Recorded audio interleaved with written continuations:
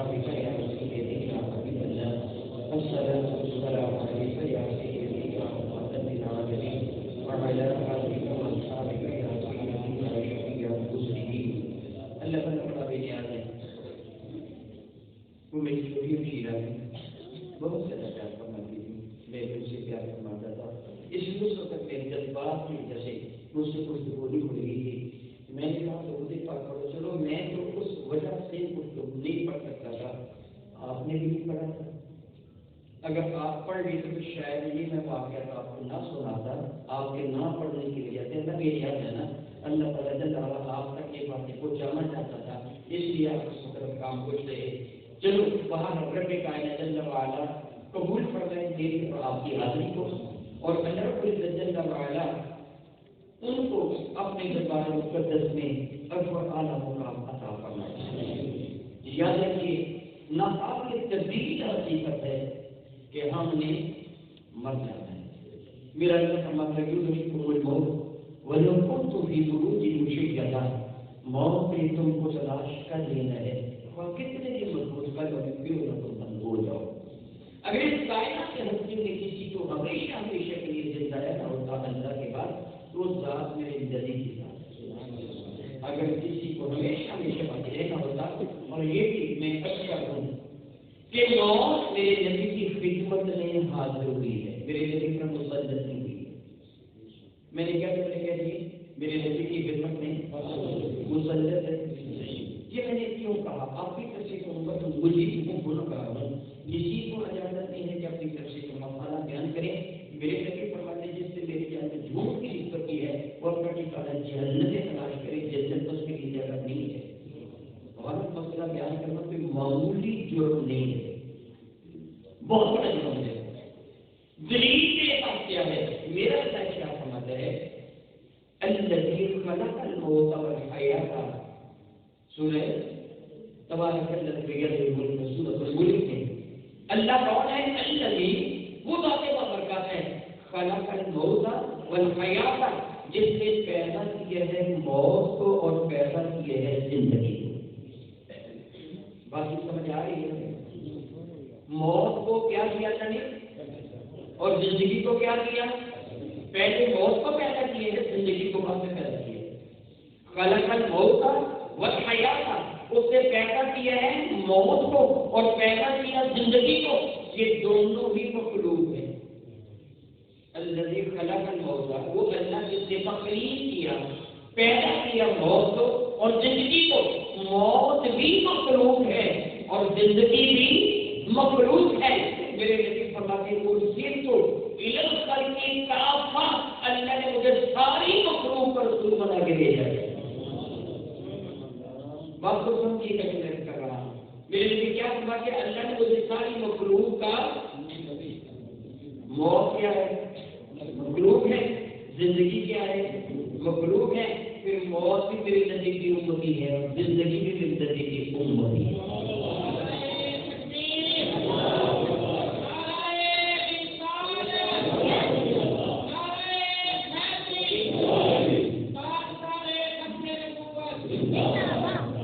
موت بھی میرے نبی کی امت میں شامل ہے، زندگی بھی میرے نبی کی امت میں شامل ہے. تو امتی نبی پر مسلط نہیں ہوا کرتا، نبی کی خدمت میں حاضر نہیں کرتا. امتی مسلط نہیں ہوا کرتا، امتی حاضر کیا کرتا ہے. اس لیے میں نے کہا کہ موت نے بھی میرے نبی کی خدمت میں حاضر دی ہے. اگر کسی کو ہمیشہ ہمیشہ باقی رہنا ہوگا تو میرے نبی کی طرف سنائے گی. میرا اللہ فرماتا ہے کہ کل من علیہا فان، کائنات کی ہر شے کو منصب فنا پر پہنچ رہے سوائے ذرے الجلال. کل من علیہا فان ویبقی وجہ ربک ذو الجلال والاکرام. اگر کسی ذات کو ہمیشہ ہمیشہ باقی رہنا ہے تو ذات رب ذو الجلال کی ذات بابرکات ہے. البتہ بات یہ ہے کہ دنیا سے جانے والے سارے برابر ہیں کہ نہیں.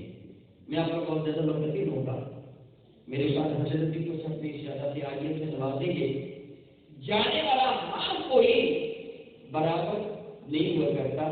رب الجلال نے ہمیں دنیا میں بھیجا، عقل، فہم و شعور کی دولت عطا فرمائی، قوت ممیزہ سے ہمیں نہ ہوگا مطلقاً عقل رب کائنات نے سب کو عطا فرمائی ہے مطلقاً عقل ہے نا اللہ نے سب کو عطا فرمائی ہے جس کو بھی آپ جاندار کہتے ہیں اس کو اللہ نے عقل کی نعمت سے نوازا ہے عقل کی کلامی کے بیچے گھر بنا لینا عقل کی کلامی کے کھانے پینے کے اشیاء جمع کر لینا عقل کی کلامی کے کہ اپنی اولاد کو زیادہ کر لینا اپنی نسل کو آگے بڑھا لینا اگر عقل کا وہ شعور دانائی کسی چیز کا نام ہوگا تو شاید آپ سے زیادہ عقل مند مکیاں ہیں جنہوں نے شہد کا چھتا بنا رکھا ہے شاید آپ کے لمبے کے بعد ہے نہیں ہے وہ شہد کی مکھی اپنے ہر بچے کے لیے نومولود کے لیے الگ گھر بناتی ہے شاید آپ کے گھر میں ہر بچے کے لیے الگ الگ کمرہ نہیں ہوگا بچوں کے شہر کے چھت میں ہر بچے کے لیے ہر بچے کے لیے وہ ایک الگ الگ گھر بناتے ہیں اور اس گھر میں انتظام کیا جاتا ہے آپ حضرات اچھی طرح جانتے ہوں گے کہ شہر جو اس کی چھلی کی اس پر پینکی ہوتی ہے یہ شہر کی چھلی اوپر کی طرف لگی ہوتی ہے نیچے نہیں ہوتی جو شہر ہوتے ہیں نا یہ اوپر کی طرف ہوتے ہیں نیچے کی ہوا کرتا ہے جو بڑا شہر جس کا کہتے ہیں وہ نیچے میں ہے مگر وہ اوپر بھی جانا ہوئی ہے اور اس کے نیچے چھتا ہے اور اس شہر کی جو چھلی جو ٹینکی ہے شہر کی اس سے باریک باریک وہ پائے پاتے ہیں جو ہر اس کھانے کھلتے ہیں جس پہ بچہ موجود ہوتا ہے ان کو خوراک ہم پہنچاتی ہیں شہر کتنی مقدار میں آتا ہے ایک بچے کا پیٹ پر جاتے ہیں وہ بھوکا بھی نہیں مرتا اور اتنی زیادہ مقدار بھی نہیں آتا کہ ڈوب کر مر جائے اسی مقدار پہ آتا ہے جس دن ان کو ضرورت ہوتی ہے بظاہر عقل کس بھی ان کو ہوتا ہے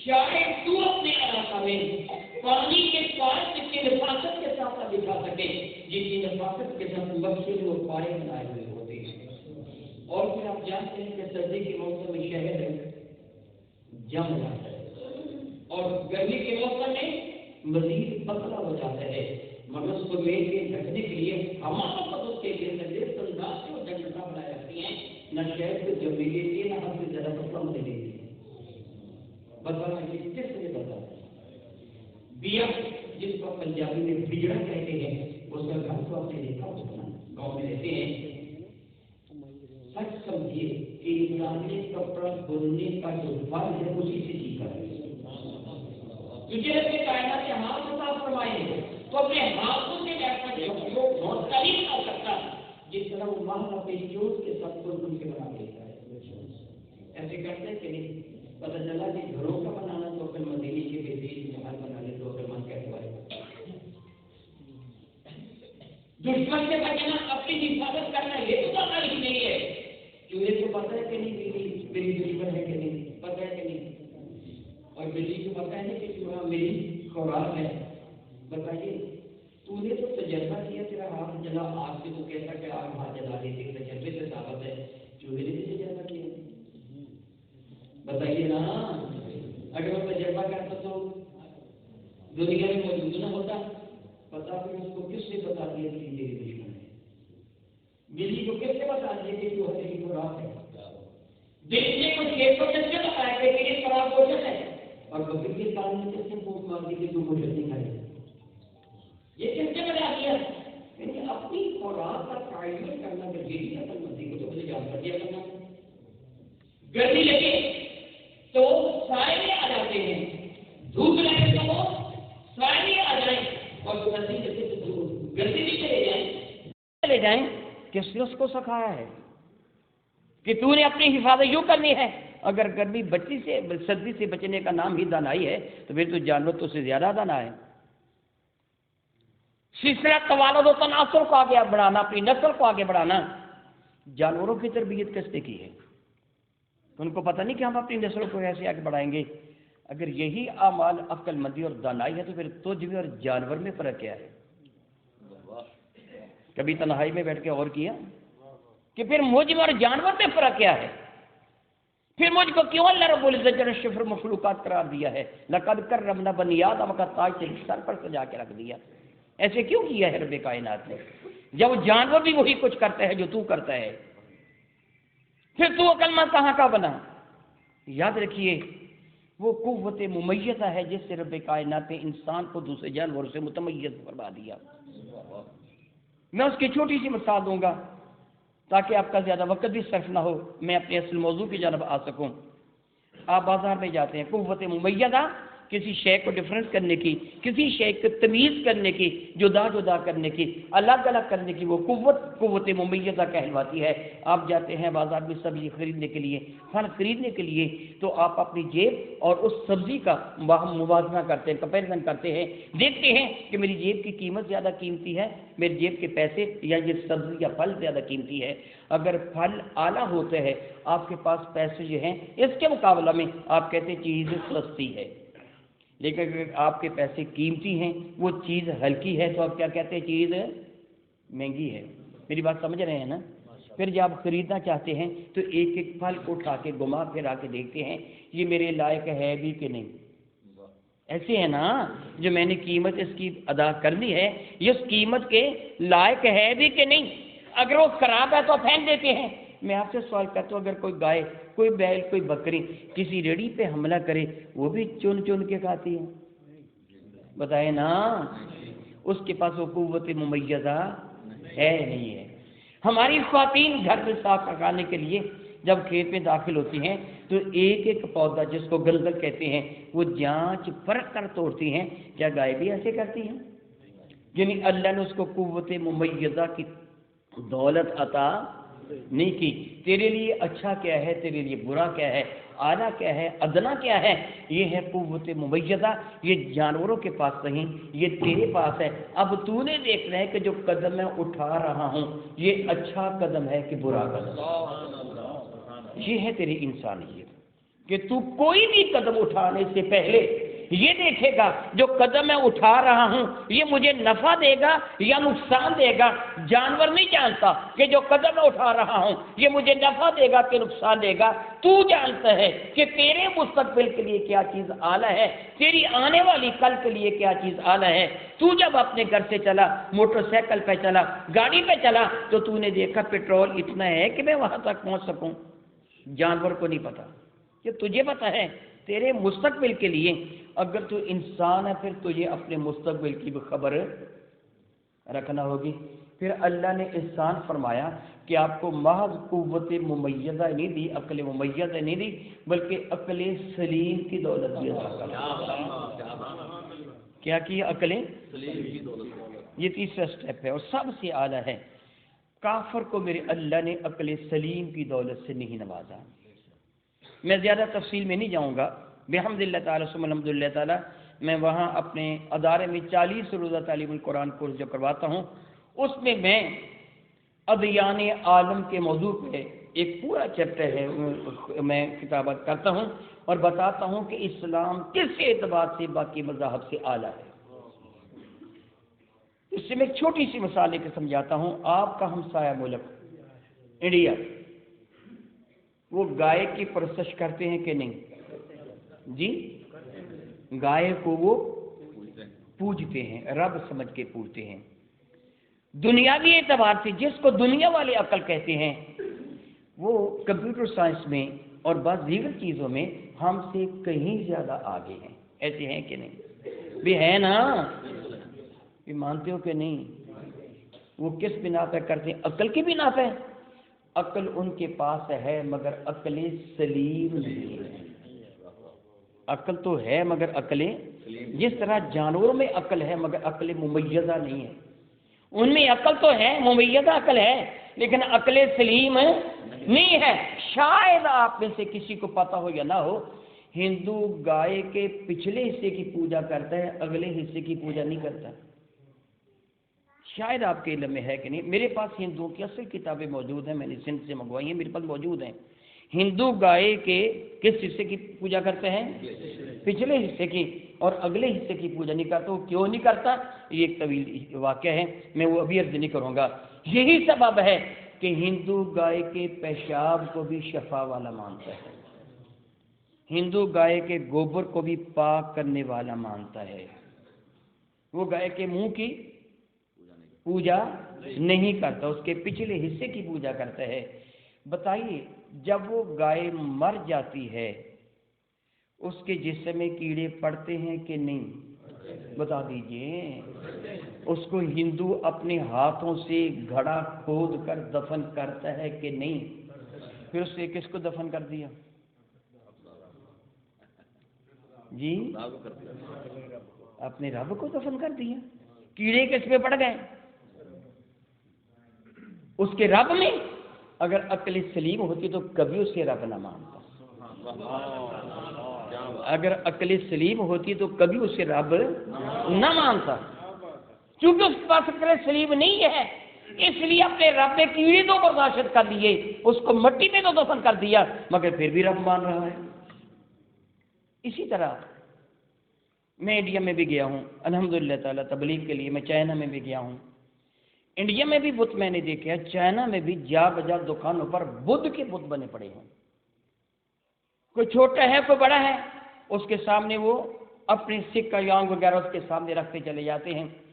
جب یہ بت پرانا ہو جاتا ہے یا کسی آدمی کے پاس پیسے زیادہ آ گئے تو پرانا جو بت چھوٹا ہے یا جو بت ٹوٹ جائے گر کر، اس کو اٹھا کر وہ ردی کی ٹوکری میں پھینک دیتے ہیں، وہاں نیا بت لا کے رکھ لیتے ہیں۔ عقل کے اندھے وہ اگر رب نہیں تھا تو اس کو پوجا کیوں؟ اگر رب تھا تو ٹوکری میں کیوں پھینکا؟ بات میری سمجھ رہے ہیں نا؟ اگر وہ رب تھا تو اس کو پھر کوڑے کرکٹ کی ٹوکری میں کیوں پھینکا؟ وہ تو رب تھا دے رہا۔ تو اگر رب وہ نہیں تھا تو آج تک اس کی پوجا کیوں کی ہے؟ کیونکہ ان کے پاس عقل سلیم نہیں ہے، اس لیے بتوں کو رب مار رہے ہیں۔ الحمدللہ اللہ نے تمہیں عقل سلیم عطا فرمائی۔ سمجھ گئے نا؟ قوت ممیزہ بھی عطا فرما دی، عقل سلیم کی دولت بھی عطا فرما دی، اور ساتھ یہ ارشاد گرامی قدر فرمایا، اے ایمان والو وَلْتَنْظُرْ نَفْسٌ مَا قَدَّمَتْ لِغَدٍ، ہر بندہ غور کرے میں نے اپنی کل کے لیے آگے کیا بھیجا ہے۔ ہر بندہ غور کرے کہ میں نے اپنی کل کے لیے آگے کیا بھیجا ہے۔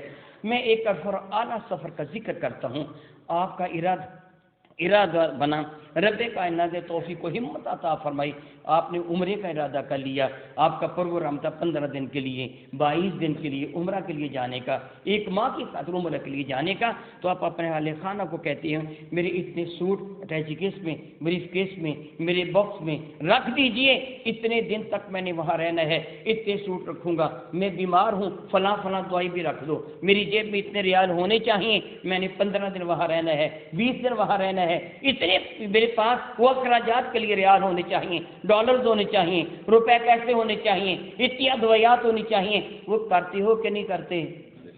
کتنے دن کے لیے جانا ہے؟ 15 دن کے لیے، 20 دن کے لیے، اور جہاں سے جا کے تو نے واپس آنا نہیں، اس سفر کے لیے تو نے کیا تیار کیا؟ اس سفر کے لیے تو نے تیار کر لیا کہ اتنے سوٹ میرے سوٹ کیس میں رکھ دو، میرے بریف کیس میں رکھ دو، میرے بکسے میں رکھ دو، اتنے سوٹ رکھ دو، فلاں دوائی رکھ دو۔ ارے جہاں سے جا کے تو نے واپس نہیں آنا، کبھی غور کیا اس قبر کے لیے تو نے کیا تیار کیا تھا؟ تجھے اللہ نے ساری عقلیں عطا فرمائی ہیں، عقل ممیزہ بھی دی ہے۔ میرے نبی کی خدمت فیض درجت میں کبھی کو بندہ حاضر ہوا تھا، یا رسول اللہ میرے دل سخت ہو گیا، فرمایا قبرستان چلا جایا کر۔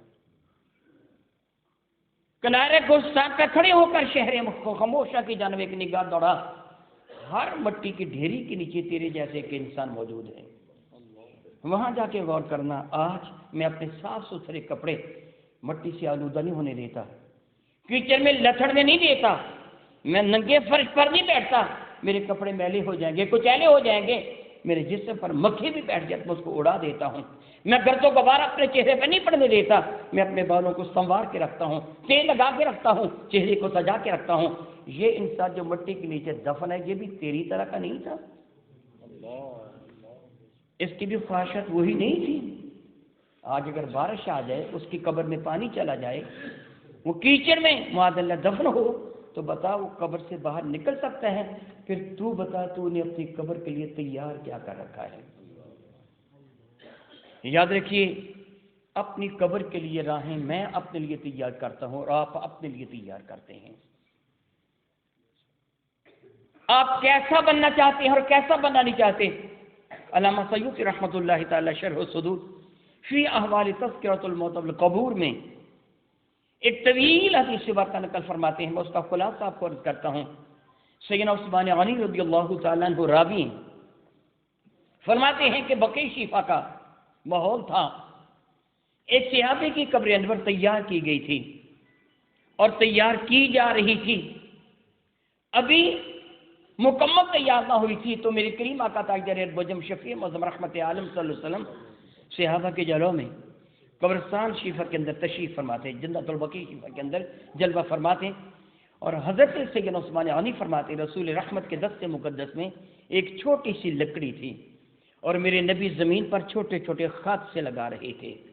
یہ صحابہ کرام کے کمال محبت کا ایک انداز ہے کہ میرے کریم آقا کی ہر ادا کو محفوظ کر رہے ہیں۔ دوسرے مقدس میں ایک چھوٹی سی لکڑی تھی، زمین پر لکیریں لگا رہے تھے، اور حضور نے ایک سرد آہ بھری آہ کر کے فرمایا، تو صحابہ نے کہا یا رسول اللہ علیہ صلی اللہ علیہ وسلم کیا ہوا؟ ذہن میں خیال آ گیا شاید کسی قبر والے کو عذاب ہو رہا ہوگا جو رسول رحمت نے اس طرح ایک آہ بھری ہے، یا جس کو دفن کیا جا رہا ہے اس کی معلوم نہیں اس کی حالت کیا ہوگی جو رسول رحمت نے آہ بھری ہے۔ تو میرے نبی فرمان لگے میں نے اس لیے یہ آہ بھری ہے، یہ قبر آخرت کی منزلوں کی پہلی منزل ہے۔ کیا بھلا؟ یہ قبر آخرت کی منزلوں کی پہلی منزل ہے، اگر یہ آسانی کے ساتھ بیت گئی تو سمجھ لینا باقی بھی آسانی ہو جائے گی۔ پھر میرے نبی نے ارشاد گرامی قدر فرمایا، تو یہ نبی سے بار کا جس کا میں خلاصہ عرض کروں گا، جب ایک بے ایمان دنیا سے جاتا ہے، کوئی کافر، کوئی منافق، کوئی فاسق، کوئی فاجر دنیا سے جاتا ہے، تو معاذ اللہ تعالیٰ سماذ اللہ تعالیٰ رب کائنات جہنم کے فرشتوں کو اسرائیل علیہ السلام کی معیت میں بھیج دیتا ہے۔ وہ جہنم کے فرشتے حد نگاہ تک اس کے سامنے بیٹھ جاتے ہیں، اور اس آدمی کو نظر آتے ہیں، نہایت ہی خوفناک حالت میں وہ فرشتے موجود ہوتے ہیں، ان کے ہاتھوں میں جہنم کے آنکڑے ہوتے ہیں، جہنم کے معاذ اللہ تعالیٰ غلیظ ٹاٹ اور لباس ہوتے ہیں۔ جب اس کی روح کو حضرت اسرائیل علیہ السلام نکالتے ہیں تو روح بدن میں یوں پھیل جاتی ہے کہ سارے بدن میں پھیل جاتی ہے، روح نکلنے سے انکار کر دیتی ہے، روح نکلتی نہیں ہے۔ پھر میرے نبی نے دوسری حدیث سے بار کہا ہے، میرے نبی نے اشارہ گرامی قدر فرمایا تھا، حضرت سیدنا علی المرتضیٰ کرم اللہ کے مروی ہے کہ کسی کے منہ سے کانٹے دار جھاڑی کو داخل کر کے پخانے کے راستے سے اس قوت کے ساتھ کھینچا جائے کہ اس کا ہر کانٹا ہر بال کی جڑ میں الجھا ہوا ہو، اس کے پورے جسم کی چمڑی بھی ادڑ جائے، اس کی آنتڑیاں بھی کٹ جائیں، اسے اتنی تکلیف نہیں ہوتی جتنی اس مرنے والے کو تکلیف ہوتی ہے۔ اللہ یعوذ باللہ تعالیٰ صحیح فرماتے ہیں 1000 مردہ تلوار کسی پہ ماری جائے اسے اتنی تکلیف ہوتی جتنی مرنے والے کو ہوتی ہے۔ میرے نبی نے مسادی کو سمجھا تھا، ایک باریک دوپٹہ ایک کانٹے دار جھاڑی پہ ڈال کر اس کو کناروں سے کھینچا جائے، جس طرح اس کا پرزہ پرزہ ہو جاتا ہے، یہ حالت اس بدبخت کی ہوتی ہے کہ جو مر رہا ہوتا ہے۔ حضرت اسرائیل اس کی روح کو قبض کرتے ہیں اور ان فرشتوں کے حوالے کر دیتے ہیں جو جہنم کے آنکڑ لیے ہوتے ہیں، وہ ایک گندے ٹاٹ میں اس کی روح کو لپیٹ لیتے ہیں، روح چیختی ہے، چلاتی ہے، حالت غیر ہوتی ہے، اتنی شدید بدبو آتی ہے کہ دنیا میں کسی گندی سے گندی شے کی بدبو اتنی شدید نہیں تھی جتنی شدید بدبو اس کے بدن سے آتی ہے، اس کی روح کے سے آتی ہے۔ پھر اس کی روح کو لے کے وہ فرشتے آسمانوں کی جانب چلے جاتے ہیں۔ یہ میں کہانی نہیں آپ کو سنا رہا، حقائق نہیں سنا رہا، اپنے نبی کے اشارہ گرامی کا مفہوم آپ کو سنا رہا ہوں، جس پہ شک کرنا بھی حرام اور کفر ہے۔ میرے قریب نے شاید اس کی روح کو فرشتے لے کے جاتے ہیں تو راستے کی مخلوق اس کی بدبو سے متاثر ہو کر سوال کرتے ہیں یہ کس بدبخت کی روح ہے، تو اس کا وہ برا نام لیا جاتا ہے جو دنیا میں اس کا سب سے برا نام تھا، حتیٰ کہ اس کی روح کو آسمان دنیا کے قریب لے جایا جاتا ہے۔ پھر میرے نبی نے قرآن کریم کے آیت بار کا تلاوت فرمائی، لا تفتح لهم ابواب السماء ولا يدخلون الجنة حتى يلج الجمل في سم الخياط۔ ان بدبختوں کی روحوں کے لیے آسمان کے دروازے نہیں کھولے جاتے، نہ ان کے جنت میں داخلہ ممکن ہے، یہ اتنا ہی ناممکن ہے جتنا تمہارے نزدیک سوئی کے سوراخ میں اونٹ کو داخل کرنا۔ میرا اللہ فرماتے ہیں اس روح کو پٹک دو، اس کی روح کو زمین پر پٹک دیا جاتا ہے، اس کی روح چیختی ہے، چلاتی ہے، ادھر اس کے لواحقین اس کو قبر میں دفن کر دیتے ہیں۔ قبر اس کو دائیں جانب سے بائیں جانب، بائیں جانب سے دائیں جانب، پاؤں کی جانب سے سر کی طرف، سر کی جانب سے پاؤں کی جانب، ہر چہار جانب سے دھکیلتی ہے۔ میرے قریب نے مثال دے کے سمجھایا، ایک ہاتھ کی انگلیاں دوسرے ہاتھ کی انگلی میں ڈال کر اس طرح ایک طرف کی پسلیاں دوسری طرف چلی جاتی ہیں، سر ٹوٹ کر سینے میں آ جاتا ہے، ٹانگیں ٹوٹ کر پیٹ میں آ جاتی ہیں۔ قبر کو حکم ہوتا ہے پھر کھل جا، قبر پھر کھل جاتی ہے، اسے حکم ہوتا ہے پھر اس کو دبا، یہ تسلسل کے ساتھ اس کو سزا ملتی چلی جاتی ہے۔ معاذ اللہ تعالیٰ سماذ اللہ تعالیٰ۔ پھر وہ نکیرین آ جاتے ہیں، اشیاء کے سوال کرتے ہیں۔ وہ نکیرین ان کو کیوں کہا گیا؟ پڑھے لکھے سارے احباب جانتے ہیں دو چیزیں ہوتی ہیں، ایک معرفہ اور ایک نکرہ۔ ایک معرفہ ہوتا ہے، ایک معرفہ کسے کہتے ہیں؟ پہچانا ہوا۔ معرفہ کیا؟ پہچانا ہوا۔ نکرہ کیا؟ جس کا عقل انکار کرتی نہیں پہچانتی۔ نکیرین سے مراد وہ فرشتے ہیں کہ جن کو انسان دیکھ کر شدید پریشانی میں، خوف میں مبتلا ہو جائے گا۔ وہ انسانوں کی طرح نہیں ہے۔ میرے نبی نے فرمایا کہ ان کی آنکھوں سے آگ نکلتی ہوگی، محسوس ہوگی، ان کے لمبے بال زمین پر گھسٹتے ہوں گے اور ان کے دانت اتنے لمبے ہوں گے کہ زمین کو چیرتے ہوئے آئیں گے۔ انسان حواس باختہ ہو جائے گا، اس کو جھنجھوڑ کر اٹھائیں گے، اٹھا کے بٹھا کے پوچھیں گے بتا مر ربو کا، تیرا رب کون ہے؟ یہاں میں آپ کو احساس دلانے کے لیے بتانا چاہتا ہوں، ایک شخص جو امتحان دینے کے لیے ایگزامینیشن ہال میں جاتا ہے، کمرہ امتحان میں جاتا ہے، کوئی بندہ اس کی بہت پٹائی کرتا ہے، اس کے جسم کو زخمی کر دیتا ہے، سر اس کا پھاڑ دیتا ہے، اس کی آنکھوں میں کچوکے لگاتا ہے، پھر اسے بٹھا دیتے اب تو امتحان دے۔ بتائیے وہ صحیح امتحان دے سکے گا؟ کیوں نہیں دے سکے گا؟ وہ ذہنی طور پر سوالات کا جواب دینے کے لیے تیار ہے ہی نہیں۔ تو جس کی روح کو اتنی تکلیف دی گئی ہوگی، وہ تڑپ رہی ہوگی، اس سے فرشتے سوال کریں گے بتا تیرا رب کون ہے؟ اس کا کوئی ہوش و حواس ٹھکانے ہوں گے؟ وہ جواب کیا دے گا؟ ہے ہاتھا لا دے، ہائے میں تو افسوس میں تو اپنی مصیبت میں پھنسا ہوں، کیا مجھ سے پوچھ رہے، مجھے کیا پتا رب کون ہے، میری تو حالت ہی وہر ہے۔ سوال کیا جائے گا ما دینوں کا، بتا پھر تیرا دین کیا ہے؟ کہے گا ہے ہاتھا لا ادری، ہائے میرے لیے افسوس ہے، میں تو جانتے نہیں میرا دین کیا ہے۔ پوچھا جائے گا ما کنت تقول فی حق هذا الرجل، میرے نبی کی زیارت کرا کے پوچھا جائے گا بتائے ذات بابرکات کے لیے تو کیا کہا کرتا تھا؟ وہ کہے گا ہے ہاتھا لا ادری۔ کافر یہ کہے گا، منافق کہے گا لوگ کہتے تھے یہ اللہ کے نبی ہیں۔ وہ گواہی یہ نہیں دے گا کہ میں کہتا ہوں، لوگ کہتے تھے یہ اللہ کے نبی ہیں۔ میرے نبی فرماتے ہیں اس کے بعد پھر رب کائنات جل وعلا کا غضب نازل ہوگا۔ رب کی فرمائے گا اس کی قبر کو جہنم کے گھڑوں میں سے گھڑا بنا دو، یک اس کے لیے ایک دروازہ کھلے گا جو جنت کی جانب کھل رہا ہوگا۔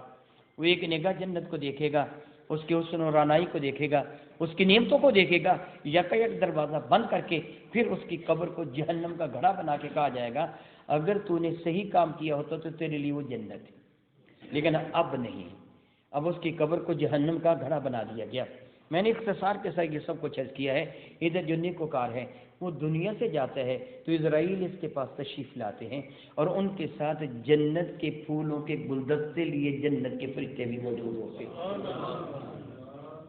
حضرت اسرائیل علیہ السلام اس کی روح کو مخاطب ہو کے کہتے ہیں یا ایتھا النفس المطمئنہ ارجعی الی ربک راضیۃ مرضیہ، اے نفس مطمئنہ اپنے رب کی جانب آ، رب تجھ سے راضی ہے، تو رب سے راضی ہے۔ اللہ اکبر، یا رسول اللہ۔ تیرا رب فرماتا فادخلی فی عبادی وادخلی جنتی، اور میرے بندے آ تیرے لیے جنت کے دروازے کھلے ہیں، تیرے لیے جنت کے دروازے کھلے ہیں۔ تو میرے نبی فرماتے دیکھنے والا خواہ اسے کسی بھی حالت میں کیوں نہ دیکھے مگر حقیقتاً اس کی روح یوں نکل جاتی ہے جس طرح مشکیزے سے پانی کا قطرہ ٹپک جاتا ہے۔ پھر جب اس کی روح اس کے بدن سے جدا ہوتی ہے تو جنت کے فرشتے اپنے پاس جو ان کے جنت کے کفن ہوتے ہیں اس میں اس کو لپیٹ لیتے ہیں، تو اتنی پیاری خوشبو آتی ہے کہ کائنات میں شاید کبھی کسی نے ایسی خوشبو نہ سونگھی ہو۔ پھر اس کی روح کو لے کے آسمان کی جانب لے جایا جاتا ہے۔ رات سے خلا و فضا کی ساری مخلوقات سوال کرتے ہیں یہ اتنی پیاری خوشبو والا یہ کون ہے، کس کی روح ہے؟ تو اس کا وہ بہترین نام بتایا جاتا ہے جو دنیا میں اس کا معروف نام تھا۔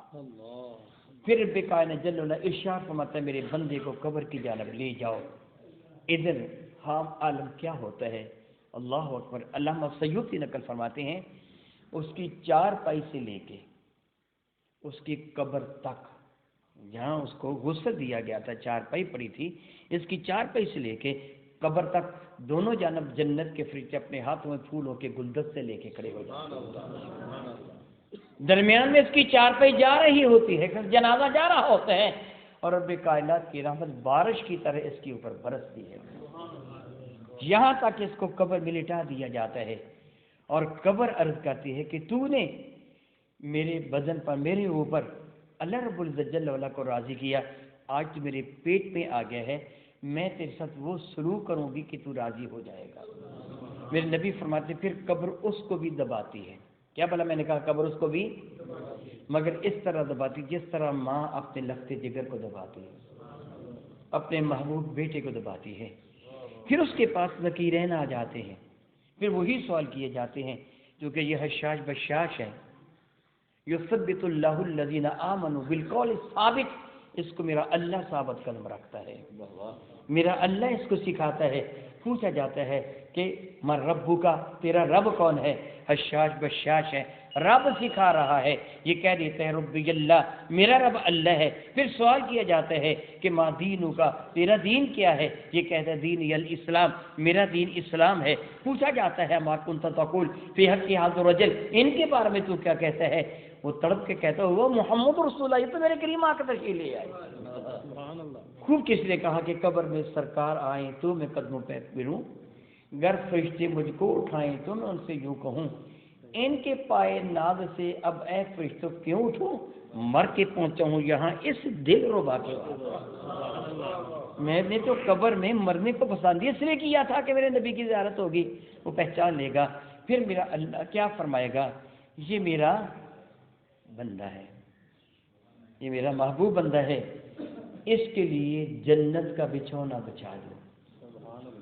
وہ فرشتے جو ایگزامینر بن کے آئے تھے، ممتحن بن کے آئے تھے، جب اس نے میرے نبی کو پہچان لیا، اب وہ ایگزامینر نہیں ہے، اب وہ افسر نہیں ہے، نوکر بنا دیے گئے۔ کرو اس کی قبر کی صفائی، بچھاؤ اس کے لیے جنت کا بستر، کرو اس کی قبر کو حد نگاہ تک وسیع اور نور سے بھر دو اس کی قبر کو۔ پھر میرے نبی فرماتے اس کے لیے جہنم کی طرف سے دروازہ کھولا جاتا ہے، وہ جہنم میں ملنے والی سزاؤں کو دیکھتا ہے، یکا یک دروازہ بند کر کے کہہ دیا جاتا ہے تو کامیاب ہو گیا، اس سے بچ گیا، اب تیرے لیے کیا ہے؟ اس کے لیے جنت کا بچھونا بچھا دیا جاتا ہے، جنت کا بستر لگا دیا جاتا ہے، قبر کو حد نگاہ تک وسیع اور منور کر دیا جاتا ہے۔ پھر اسے ایک جملہ کہا جاتا ہے نم کنومۃ العروس، اس طرح سو جا جس طرح دلہن سو جاتی ہے، جسے اس کے پیارے کے سوا کوئی جگاتا نہیں ہے۔ اسی لیے بزرگان دین کے یوم وصال کو نومۃ العروس کے اعتبار سے ان کے یوم وصال کو یوم عرس کہا جاتا ہے۔ عروسہ دلہن کو کہتے ہیں، عروس دولہا کو کہتے ہیں، اور جو ہے عروسی دلہن کے کمرے کو کہتے ہیں۔ کہا جاتا ہے اس طرح سو جائے جس طرح دلہن سو جاتی ہے۔ اب آپ ایمان سے بتائیے کس کی قبر اعلیٰ ہے، بعد والے کی کہ پہلے کی؟ جی آپ اپنی قبر کیسی بنانا چاہتے ہیں؟ تو پھر کچھ محنت تو کرنا ہوگی نا، کچھ مشقت تو کرنا ہوگی نا، کچھ نہ کچھ اپنی جمع تو کرنا ہوگا نا۔ عقل مند وہ ہے کہ جو اپنی قبر کے لیے کچھ نہ کچھ جمع کرتا ہے، اور جاہل وہ ہے کہ جس کو اپنی قبر کی پرواہ نہیں، وہ صرف دنیا جمع کرتا ہے۔ یاد رکھا، آخری بات کر رہا ہوں، یہ دنیا تیری ہے نہیں ہے۔ کیا میں نے کہا؟ دنیا تیری ہے نہیں ہے۔ تو کہتا ہے یہ گھر میرا ہے، یہ دکان میری ہے، یہ گاڑی، یہ لباس، یہ کلائی کی گھڑی تیرا کچھ بھی نہیں۔ مثال دے کے سمجھاتا ہوں، آپ کا پروگرام بنا لاہور جانے کا، شیخو پورہ جانے کا۔ کہاں جانے کا؟ شیخو پورہ جانے کا، نہیں لاہور نہیں، شیخو پورہ تک رہے نا، لاہور بعد میں جائیں گے۔ شیخو پورہ جانے کا پروگرام آپ کا بنا، اب یہاں سے بیٹھے بس میں، فیصل آباد سے بولتے بس میں شیخو پورہ جانا تھا۔ جب فیصل آباد پہنچے نا تو آپ اپنی سیٹ سے اٹھ کر نیچے اترے کوئی اخبار لینے کے لیے، کوئی پانی کی بوتل لینے کے لیے نیچے اترے تو جب آپ واپس آئے تو جس سیٹ سے آپ اٹھ کر گئے تھے اس سیٹ پر کوئی اور بیٹھا تھا. بات کو سمجھنا ہے آپ نے. تو آپ آ کر اسے کیا کہیں گے بھلا؟ کیا سارے بتا دو. اگر بس میں بیٹھے تو پھر آپ نے ضرور اڑائی کرنی تھی. ہم نہیں بتا رہے ہیں. کیا کہیں گے؟ سیٹ سیٹ یہ سیٹ میری ہے. وہ کہے گا نہیں اٹھوں گا. تو آپ اسے کیا کہیں گے؟ اٹھوائی سیٹ میری ہے. لوگوں سے پوچھ لے سارے بس والے کیا کہیں گے کہ سیٹ کس کی ہے؟ آپ کی سیٹ کہیں گے نا. یہ اس کی سیٹ ہے. ایسی ہے نا. ڈرائیور کس کی سیٹ بتائے گا؟ آپ کی سیٹ ہے. کنڈکٹر کس کی کہے گا؟ آپ کی سیٹ ہے. اگر وہ بس کا مالک بیٹھا ہو نا بس میں وہ بھی کہے گا یار دیکھ یہ سیٹ اسی کی ہے. یہی کہے گا. وہ سیٹ کس کی تھی؟ آپ کی سیٹ. آپ میں نے آپ کا کہا پہلے یہ دوسرے کے چھوڑے. آپ کی سیٹ تھی. آپ کہتے میری ہے میری ہے میری ہے. جب شیخو پورہ بس پہنچی آپ بس سے نکل کے باہر چلے گئے. تیری تھی تو ساتھ لے کے کیوں نہیں گیا؟ بات سمجھے ہو کہ نہیں سمجھے؟ اگر وہ سیٹ تیری تھی تو لے کے کیوں نہیں گیا؟ یاد رکھ جب تک بس آخر تک نہیں جاتی ہر بندہ کہتا ہے سیٹ میری ہے میری ہے میری, اور کسی کی بھی نہیں ہے. یہی حال تیری دنیا کی ہے. تیرا کچھ بھی نہیں ہے. جب تجھے اس بس سے اتار لیا جائے گا تو قبر میں چلا جائے گا. تیری سیٹ نہیں ہوگی, وہ کوئی اور سنبھال لے گا. تیرے مکان پر کوئی اور قابض ہوگا. تیری دکان کا مالک کوئی اور ہو جائے گا. تیرا بینک بیلنس کسی اور کے جانب منتقل ہو جائے گا. تیری جائیدادوں پر کوئی اور براجمان ہو جائے گا. وہ تیرا کیا ہے؟ تیرا وہ ہے جو اپنے ساتھوں قبر میں لے کے جائے گا. صرف وہ تیرا ہے, باقی تیرا کچھ بھی نہیں ہے. اے کاش اللہ تعالیٰ یہ عقل, یہ فہم, یہ شعور ہم سب کو عطا فرما دیں اور ہم یہ جان لیں کہ ہمارا حقیقت میں ہے کیا. دعا کرتا ہوں کہ اللہ تعالیٰ آپ کو اور مجھے سمجھنے اور عمل کی توفیق عطا فرمائے. آمین ثم آمین. وآخر دعوانا الحمد للہ رب العالمین.